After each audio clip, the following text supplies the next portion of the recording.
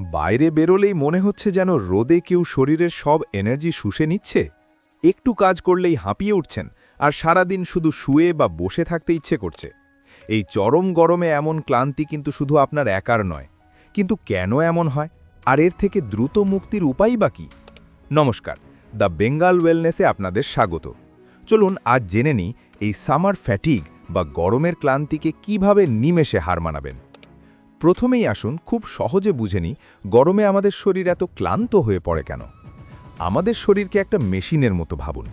Machine চললে যেমন গরম হয়, আমাদের শরীরও তেমন কাজ করলে বা রোদে গেলে গরম হয়। তখন শরীর নিজেকে ঠান্ডা রাখার জন্য ঘাম তৈরি করে। এটা হলো আমাদের শরীরের নিজস্ব এসি বা এয়ার কন্ডিশনার সিস্টেম।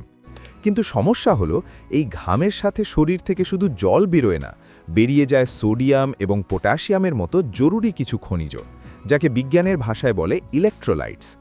এগুলোকে আপনি আমাদের শরীরের ব্যাটারি ভাবতে পারেন। যখন ঘামের সাথে এই খনিজগুলো কমে গিয়ে ব্যাটারি ডাউন হয়ে যায়, তখনই আমাদের পেশি দুর্বল লাগে, মাথা ঘোরে আর চরম ক্লান্তি গ্রাস করে।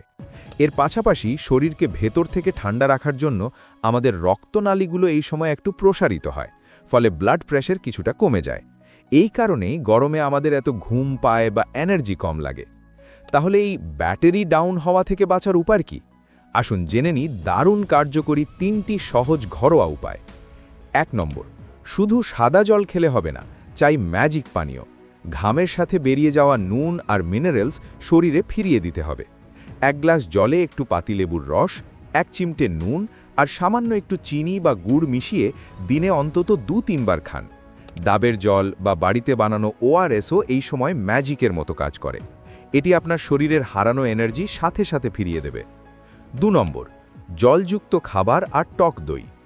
এই গরমে তেল মশলাদার ভারী খাবার একদম নয়।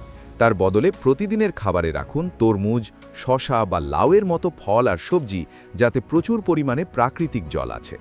আর রোজ দুপুরে 1 বাটি টক দই বা ঘোল অবশ্যই খান। দই আমাদের পেট ঠান্ডা রাখে, হজম শক্তি বাড়ায় এবং শরীরকে ভেতর থেকে সতেজ রাখে।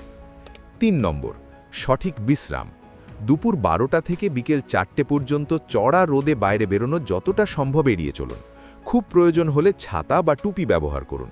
আর বাইরে থেকে ঘেমে ফিরে এসেই সাথে সাথে ফ্রিজের ঠান্ডা জল খাবেন না বা এসিতে ঢুকবেন না। শরীরের তাপমাত্রা স্বাভাবিক হতে দিন, তারপর স্নান করুন।